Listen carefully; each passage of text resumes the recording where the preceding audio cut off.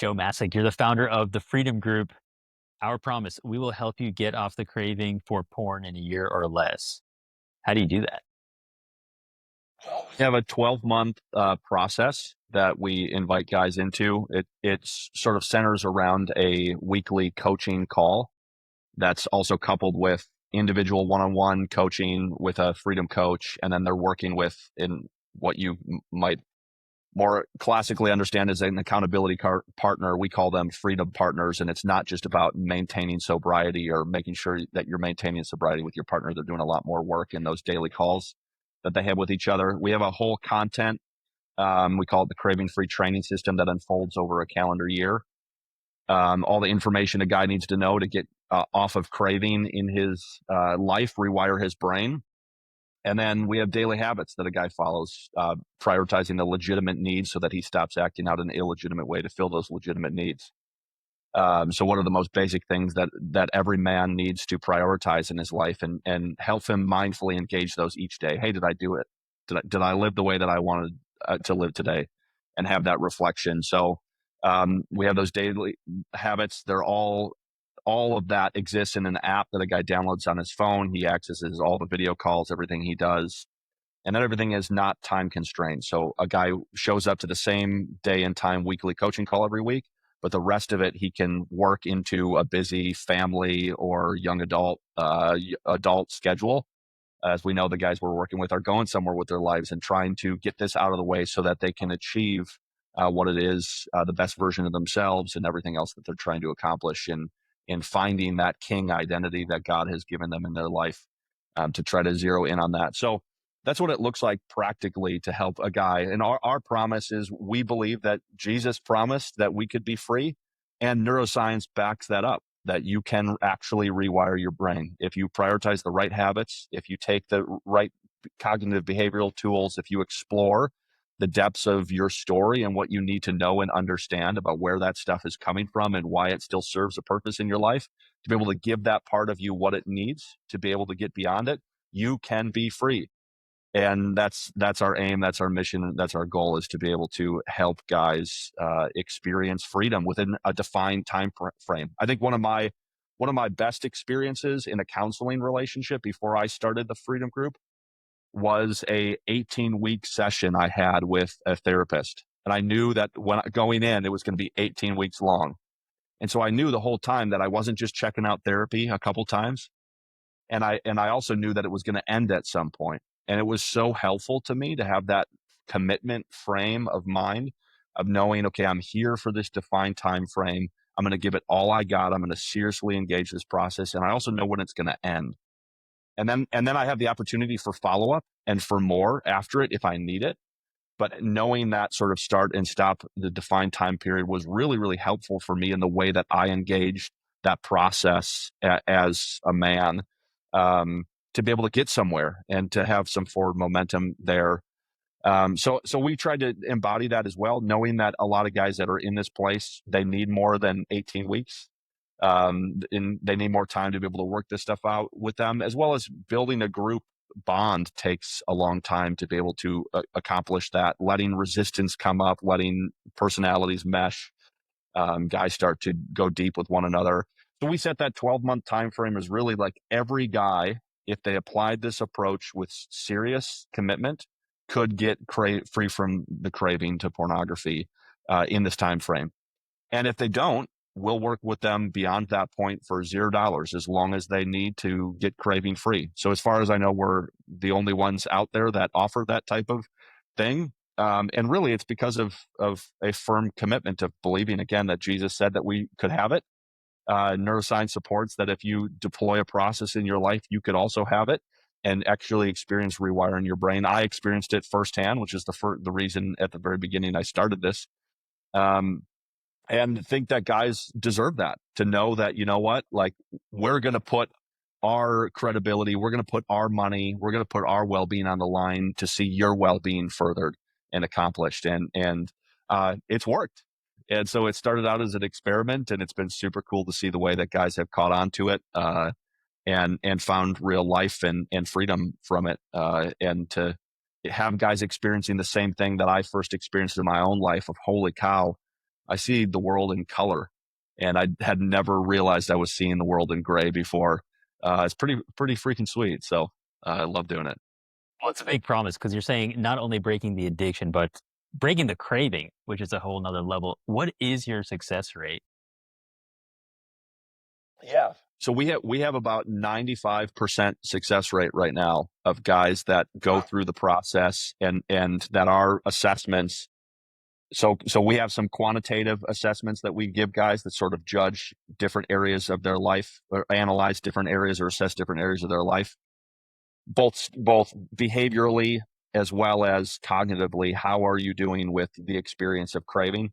So we assess for craving, then we assess use, not just how long has it been since you last acted out, which I think is what most men look at, men and women look at when they're trying to figure out, like, am I free or not free? Be able to help a guy get below the surface of that, just that physical experience, but really not just about stopping the behavior, like you just said. It's about actually rewiring the way that I respond to triggers, especially emotionally uncomfortable triggers that come up in my life. How do I react to those? Is it different? Is it the same? And being able to respond to those differently really ultimately makes all the difference in lasting freedom, where I never go back.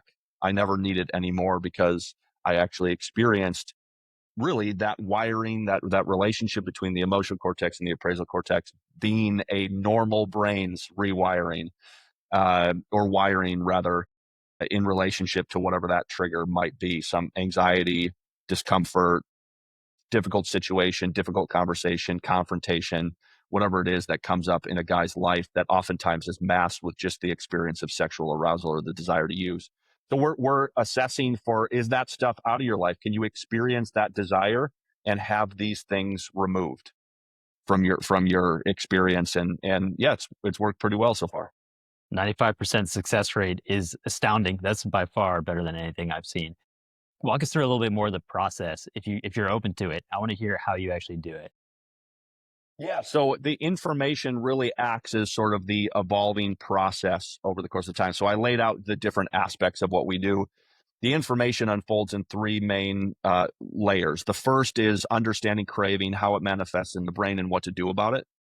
This is really this is the cognitive behavioral therapeutic tools, things like reframing, learning to practice presence, slow down in the moment, be patient with the experience of the craving, let it come and go, welcome it instead of fight or flee, so that you don't increase the triggering or the activation of the emotional cortex in your brain. Start to learn to move through discomforts and let them come and go, which sounds really simplistic, but I think it's really helpful to understand. And you probably know this well. And certainly I know this through lived experience, is I got exposed to porn and started using it regularly 7, 8 years old. That meant that pretty much every developmental stage in my life, I had an easy button to escape emotional dysregulation. Any difficult thing I experienced, I went to porn. And very often that I just moved right past the experience of the discomfort straight to the experience of sexual arousal or the desire to act out, and just went straight there because my brain started to associate painful or activation in your limbic cortex, relief. Activation, relief, activation, relief. And so anytime that part of my brain, the fight or flight center of my brain in particular, got activated, I immediately just went straight to relief as soon as I could. And that was hardwired into my thinking and the way that I process, but also the way that my brain ran on automation. And so being able to help a guy unpack that, like, you're not a pleasure seeking buffoon. Your brain has learned, your brain is very sophisticated, but it's also looking for the easiest way to get you out of threat and to get you back into rest. And if it finds an effective way to do that, it'll have you do that again if you let it. So how do you teach your brain a new way of finding rest and digest in these states where you're triggered into fight or flight? When a guy experiences craving, he gets tunnel vision, he's locked in, he can't think of anything else. Oftentimes he feels automated, but there's also the physiological side of it. His heart's beating super fast, his breathing is short, his stomach is tight, he's got energy out to his limbs. These are the physiological symptoms. And oftentimes he's sweating, his skin conductance has increased. These are physiological symptoms of, anxiety and other psychological conditions, but ultimately like a fight or flight response in the brain. So how do you meet those moments and slow down, create liminal space in between trigger and response, and meet it differently? And we use tools like reframing, again, practicing presence or mindfulness, using the breath to help control an overwhelmed mind and turn back on activation of your appraisal cortex so you can think again. Do you stop handing the key to the drunk driver and then be surprised when he drives your car into the wall again? So that's the first phase, is really understanding what is craving. How is it different from temptation? How has my brain been conditioned and habituated and desensitized into these experiences, and what to do about it? Really, so a guy starts to be able to, in that first phase of our process, which is the first 20 weeks, be able to visualize when he's in it. Holy cow, like this is what's happening in my brain. This is what's happening in my body. Here's what I could do about it. And that's super empowering to guys, because oftentimes, like, we're fixers. We want to have a solution to the problem. We think we know what the problem is, and that's to stop using, right? But we keep using. And so when I experience that I can stop using and actually let go of the experience of the arousal, I'm like, holy cow, I actually know the solution, and the problem wasn't what I thought it was. It wasn't just, okay, I have to hold on for dear life and fight against this thing to get it to go away.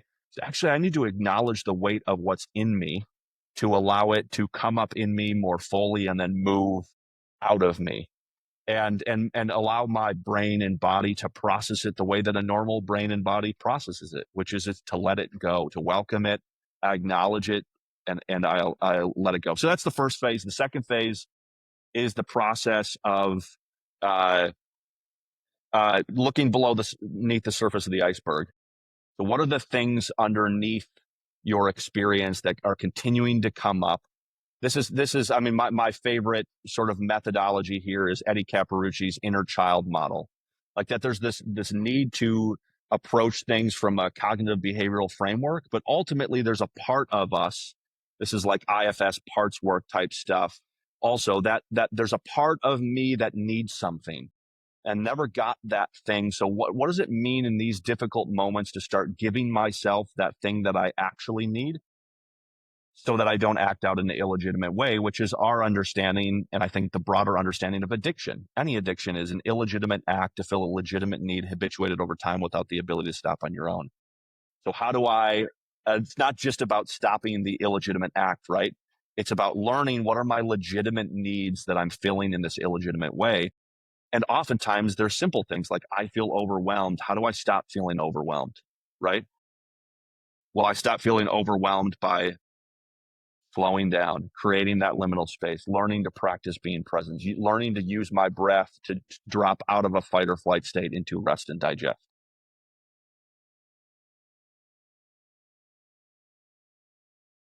So you're using a lot of CBT terms, which have a lot of research support. And also you combine CBT and IFS, which is a rare combination, but one which I've been increasingly impressed with. It really strikes me as being similar to the optimal work approach from Dr. Kevin Majors at Harvard. Are you influenced at all by that, or where did you get your research-based techniques from? I've learned a lot from Dr. Kevin Majors. Yeah. Yeah. I think his stuff is some of the best, like teaching, education, and training. I mean, Purity is Possible is an awesome resource that we refer a lot of guys who aren't ready to take our process seriously as like, this is a great first step to understand the language of craving, to understand what's happening in your brain, what to do about it, give you a lot of the helpful information as a first step in order to be able to get to that point where you're experiencing lasting freedom. Yeah, so heavily influenced, love his stuff. We eat up our team of coaches eat up their podcast, and have all worked through his Purity of Possible and some of his optimal work stuff for our own education and benefit. What do you add that to Purity is Possible and optimal work? Yeah, I mean, a lot of it. I would say a good. We add some additional tools, like, okay, so you're in this space. What do I do? So one of the tools we add is like exercising your no-go muscle. So your basal ganglia, where you have this yes pathway and this no pathway. What can you do each day to exercise and practice the habit of saying no to small things, so that you get better and looking at that impulse to use and letting it pass. So we use tools like that towards the end of the process. But I would say the first 15 weeks really are a lot of the resources and the content and the wisdom, the genius that's within Purity is Possible, and other resources like it that talk specifically about craving, how to manifest in the brain, and what to do about it. So the rest of our process is about, okay, what are the other tools that I could use here to deploy in my lived experience as I see this stuff playing out in my brain? Holy cow, I'm here again. This is what's happening.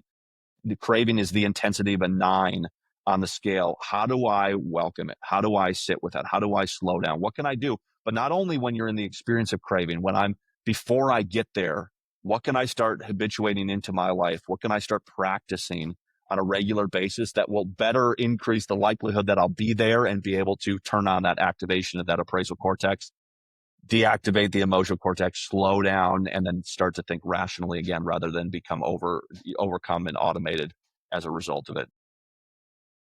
Amazing. So this is a very effective program. It relies on research-based techniques. How much does it cost? Yeah, so we do our best to meet every guy where he's at financially. So our process is all inclusive, $358 a month for 12 months. And then after that, it's completely free. We start meeting with guys after the 12-month process. The group ends. We start meeting with guys one-on-one every other week for as long as they need until they basically pass the qualitative and quantitative assessments of living a craving-free life. And so that's our offer. So we also have a nonprofit arm that provides scholarships to guys that can't afford it. So we have some guys that are in college or in our different challenging financial circumstances that we do our best to alleviate that financial burden by offering them that scholarship. So we give up to basically 50% scholarships to guys, and it's as needed and as awarded by our nonprofit arm. So we found that to be, we also want guys to be serious about it. I'm sure you know this as well as, if I'm going to engage any process of healing and restoration, I have to have skin in the game. If it's about like, hey, I want you to help me. And I show up every week and I'm like, well, why aren't you helping me? At the end of the day, right, you can lead a horse to water, but you can't make him drink. I found that guys having this container and the monthly subscription model is actually really helpful because it kind of is the combination of both. I'm paying a lot of money for this thing. I had a entrepreneur mentor of mine, right, about 4 or 5 years ago. It's $40,000 a year for this coaching group to help grow his business.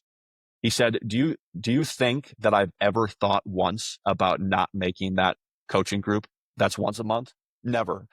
It's the only thing on my schedule that cannot be moved because I made a commitment to it. So we found that to be similarly beneficial, and we're trying to shoot that gap. It's like we want every guy to be able to join this and benefit from the experience and get to that end goal. Ultimately, our vision and mission is to disrupt the porn industry by removing and liberating its users. And if we're going to do that, that's a lot of people.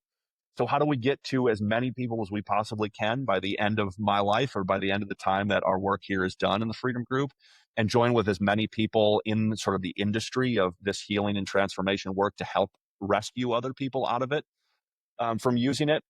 So if we're going to do that, we have to be able to have both. We need people who are serious and committed to putting their resources, their time, their effort, and energy in getting free, but we also can't make it a barrier to entry, which I've also seen that be the case in many of these circumstances.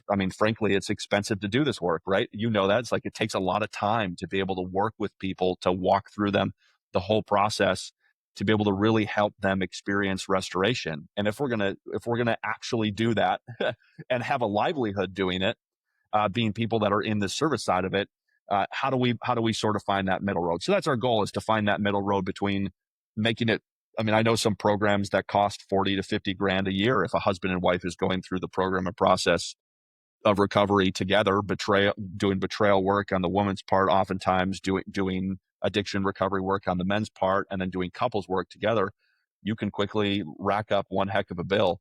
So trying to be mindful of not bottoming out people and increasing their need for stress in their life, while also making them take the process seriously. And what a good friend of mine said the other day in a conversation is this understanding that there is nothing more important in your life that you could do than getting this out, because my experience is everything changes once you no longer need to cope through your life. That everything, like Jesus said, and I think it was in the verse from the gospel reading yesterday, is pick up your cross and follow me. That's the invitation. And I didn't realize that so often porn for me and other cravings like food, eating 10 bowls of cereal at 10 p.m. at night, getting angry and have these angry outbursts, that those were me outletting an opportunity to be able to pick up and shoulder my cross, to be able to handle discomfort. And we say internally in the Freedom Group, one of our core slogans is that pain is the path and discomfort is your teacher.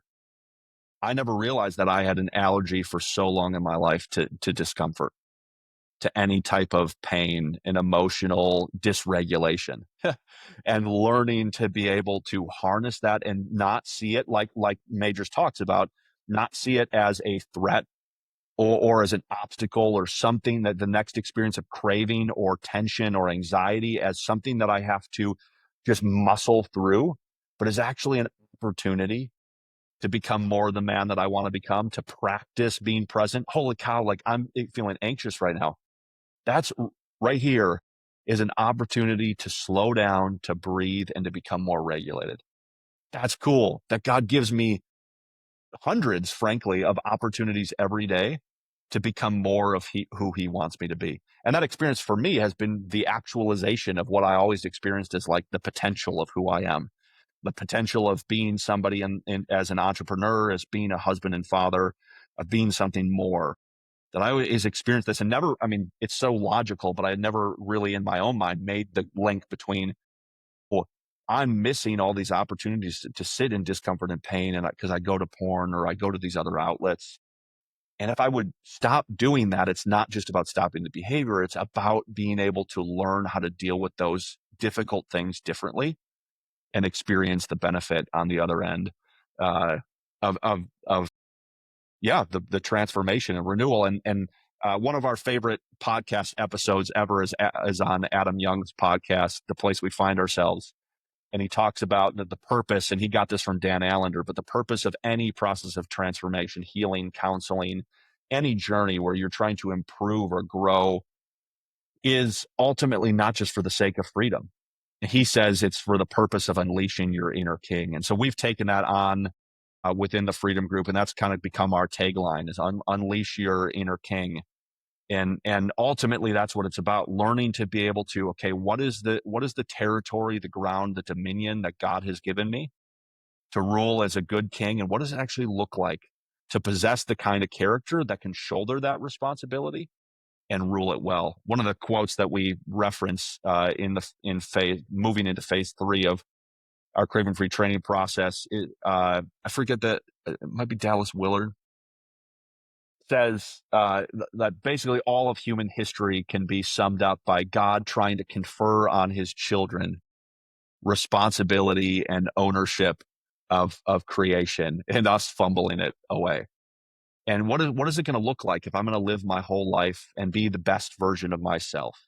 What is it going to look like for me to show up and not just have stopped negative behaviors, but to have stopped negative behaviors because I'm choosing something better? I'm choosing something else. I'm choosing something more freeing, more, I mean, frankly, more dopamine creating, right? Something more actually joyful and relieving and produces more happiness in my life. How do I get there?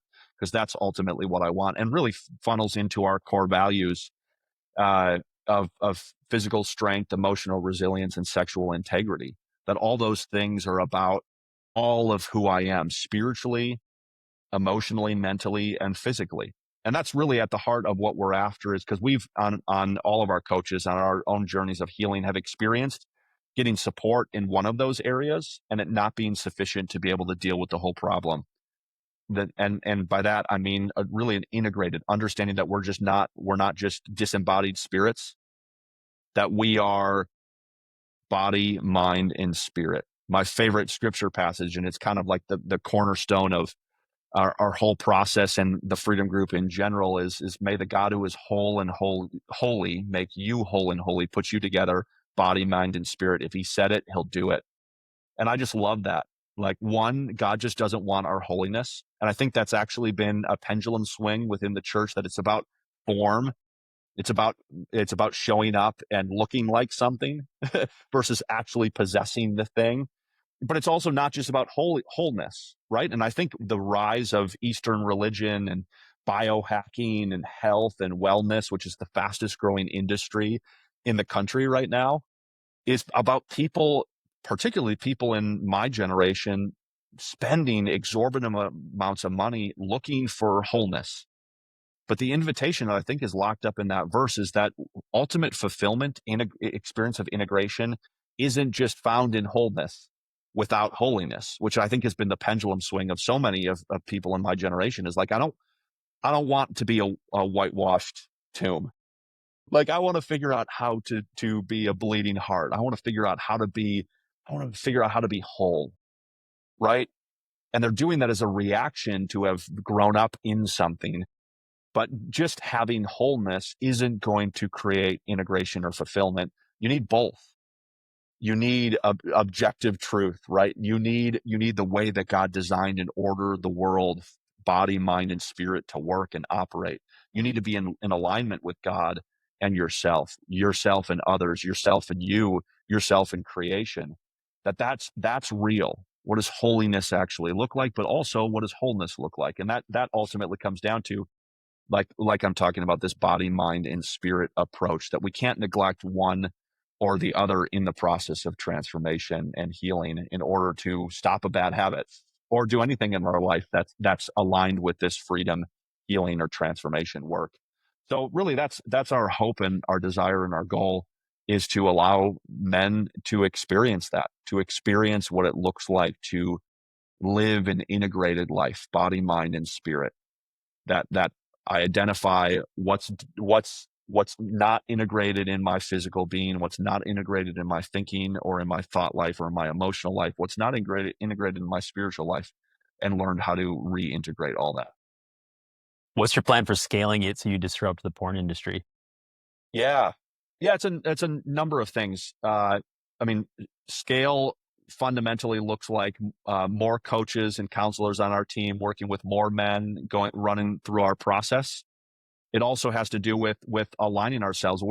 This isn't about, well, we have the right answer, nobody else does. There's so many good people working in this space. So it's about creating partnerships and really rising sort of a clarion call to the whole world of, you can be free. You can engage a process. You don't have to live under the burden of going back here again and again. Come be free. And so, these conversations are a part of that. It's not just driving more people to ourselves. It's about sharing our story and inviting more people out of the shadows. And ultimately, the desire is for wherever they go, that they would engage a process in their life to be free. I tell every guy that has a discovery call with us is, I don't care if you join our thing. I really don't. But just don't leave this call and do nothing. I did nothing for way too long. I did the classic, man, okay, my wife really wants me to get this issue under control. I'll check out counseling a couple times, and then I stopped going, well, yeah, I've been to counseling. No, you haven't. No, you haven't. It takes time to be able to do the deep work. Give it time, give it a process. So I encourage every guy, at the end of the day, it's about engage a process. Do you have a process? Are you submitted to a process of development in your life? And there's so many good ones out there. Find one, commit to it. And if it doesn't work, come back and let's talk. Why didn't it work? What needed to be different? What was helpful? What wasn't? And so that's the second layer of it. So there's the one is building our team of coaches that are working with men, which has really been a focus of ours over the past year. It's also about creating partnerships with other people in the industry. A lot of that's going to conferences, doing these type of podcasts, aligning ourselves with who's out there that's really offering guys the best of what we know, of the combination of sort of spirituality and faith, of what we know of in cognition and neuroscience and psychology, and then the biohacking stuff, that learning to do things that are really good for your body and brain, and also your spirit. and combining all of that stuff to be able to help a guy create really, again, that integrated life. And so that's the second piece of it. The third piece of it is uh, about doing what I think. I mean, it fits sort of into the second piece, but is what Dr. Patrick Carnes talks about, that this works in helping other people get free to the extent that those of us who have experienced liberation turn around and tell our story. So ultimately, at the end of the day, it's about sharing our story and encouraging other people to share their story. Other people need to hear where you've been and where you are. I love Ed Milet's saying, "You're best equipped to serve the person you used to be." Ultimately, that's why I'm doing this work, is because I know what it feels like to be trapped. I know what it feels like for 23 years to have a porn addiction, and for the last 12 years to have a 1 to 3 week cycle where I hit a wall and can't outrun it anymore. And then I'm pounding my head against my cupboard in my bathroom, or leaning my head against the mirror after I act out. And God, why did I do that again? I know exactly what that feels like. And I know the compounding effect of what that meant the next day, and then the next day, and the next day, as I try to climb my way back out of the hole. And I want other people, having experienced that, to experience the benefit of not doing that anymore, and feeling what it feels like to go a year of pursuing what you're pursuing in your life, in relationships, in career, in education, and not have that part of your story, to not cope through challenge and discomfort, but to see discomfort and challenge as the very thing that God has allowed you to, in order to craft the character that you so desperately desire. And so that's I think the third part of it. And I think honestly the most important part of it, whether we're coaching a guy one-on-one in a group, or talking in a forum like this for whoever listens to it, is at the end of the day, it's about sharing our story and inviting people to have hope. It's possible to get free. And if I can do it, you can do it too. Because I once thought, not so many years ago, thought I would never be free. And if you had told me that I could experience a craving free life, I would have a hard time imagining or believing that that was possible. Amazing. You're also the founder of DMU. What's that? I'm not the founder of DMU, actually. Lowell Seashore is the founder of DMU. I'm happy to give that credit away. I work closely with them. It's a ministry that works with college students. It's the ministry that I first found in college. Was invited to a small group. I had never shared my story. I had never told anybody about my sexual addiction or my sexual abuse in childhood, or these other negative sexual experiences that always lived in the background of my life, even though I was trying to be a good little Christian boy, live out what I was supposed to as a Catholic in my life. And I finally found this group of men that were just average, normal, likable guys, but more than anything, they wanted to give their life to Jesus. And that second group, the first week was about identity and seeing your identity rooted in Christ versus these beliefs that we have about ourselves, which is an important part of reframing. And the second week was sharing your story with sexual sin. What they call them lustimonies. And it was the first time in my life that I had ever told anybody else anything. And I left that room feeling like I had the 10,000-pound gorilla off my back. Just it was exposure therapy in some degree, like heart racing, blood pumping, total fight or flight. Am I really about to do this? And then getting beyond that and being received, and like, no shame. It's okay. We hear you. We see you. We're with you. And at that point in my story, this was sophomore year of college, I shared about 60% of my story, some of which I had forgotten and blocked out because it was really painful. Some of it I just, in that moment, didn't feel comfortable or brave enough to share. So I shared about 60%. We went through the rest of that 8-week or 9-week program. And then we went on what's called a Steps to Freedom retreat, or a freedom retreat, and which is basically a life inventory confession. What are going back and examining all the different parts of my life where I've given away ownership of my life to evil, or to things that aren't Jesus, and how do I take back ownership in Jesus' name of those different parts of my life? Went to confession at that end of that retreat, gave it all away, and left that retreat feeling like totally liberated and free. And the way that I was actually just talking with a coach there on their team yesterday, and he oftentimes describes that process for college students like an inflection point. That oftentimes we joke in that program or process that is 100% fail rate, that every guy goes through that process and finds himself acting out again. But for every single guy, it creates this experience of being seen and known and what freedom tastes like and looks like that I've never seen any other program to be able to replicate, with guys from religious backgrounds and non-religious backgrounds to just experience in a community of a close-knit community of peers, to experience in a with non-Christianese language, just like, here's the gospel message presented through the lens of this part of your story that so many men, 80+% of men today, have as a part of their experience, and oftentimes is the primary pain point that's causing them to not believe they can have a relationship with Jesus. Why is Jesus still relevant to your story? Why does it matter? And have them be able to receive that creates this deep inflection point where, for me, faith was no longer important to me. I was starting to go off in a different way. I was trying to find myself and find a way for myself in the world, and was doing a lot to try to accomplish that there, and seeing some benefit of it in my own life in terms of what it was creating for me in terms of worldly gain. But I found this community of men that were doing it differently and still wanted to go somewhere with their life and see that they had potential and wanted to grow in that potential, but also wanted to have this inflection point of not needing to live in hiding anymore. And we're willing to expose and sort of open that up. So Dangerous Men works all over the country. Guys can order the books from the DMU website, start a group on their own. It's an awesome, again, sort of shorter term program that can be entirely peer led.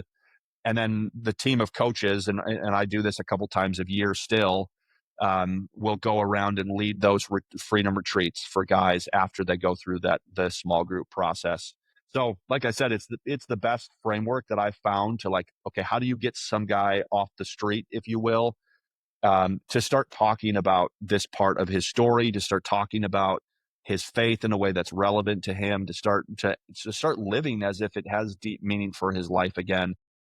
Nothing in my experience has replicated that, and so I love being a part of it and being a part of that team to help get that message and that experience out to more men. I was at a freedom retreat at Ohio State for 130 young men last fall.